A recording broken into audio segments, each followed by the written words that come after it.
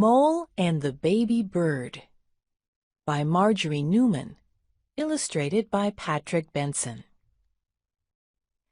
Genre: in an animal fantasy, the animal characters talk and act like people.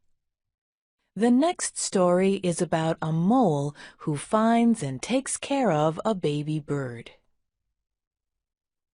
Question of the week: how can we look at things in a different way?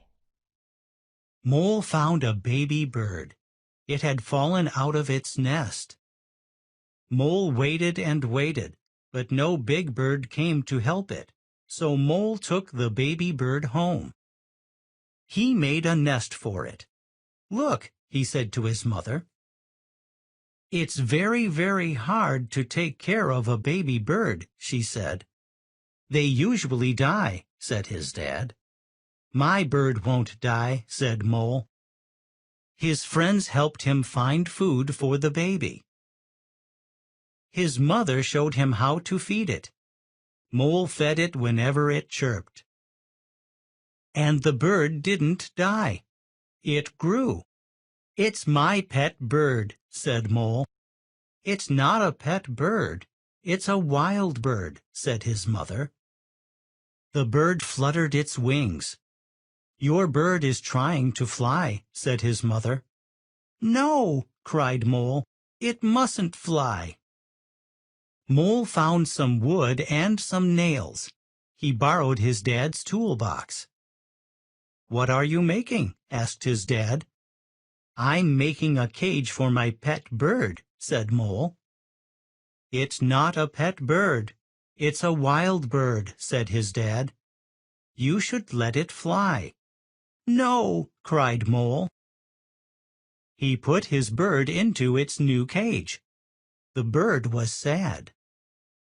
Mole's mother was sad too, but Mole kept his bird because he loved it. Then Granddad came to visit. He looked at Mole's pet bird.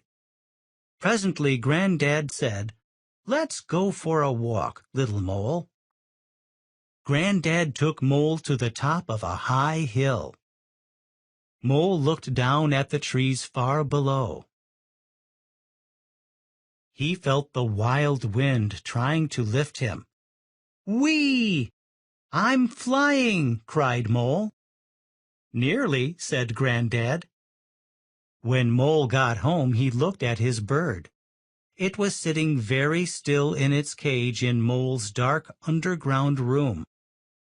"Birds are meant to fly," said Mole.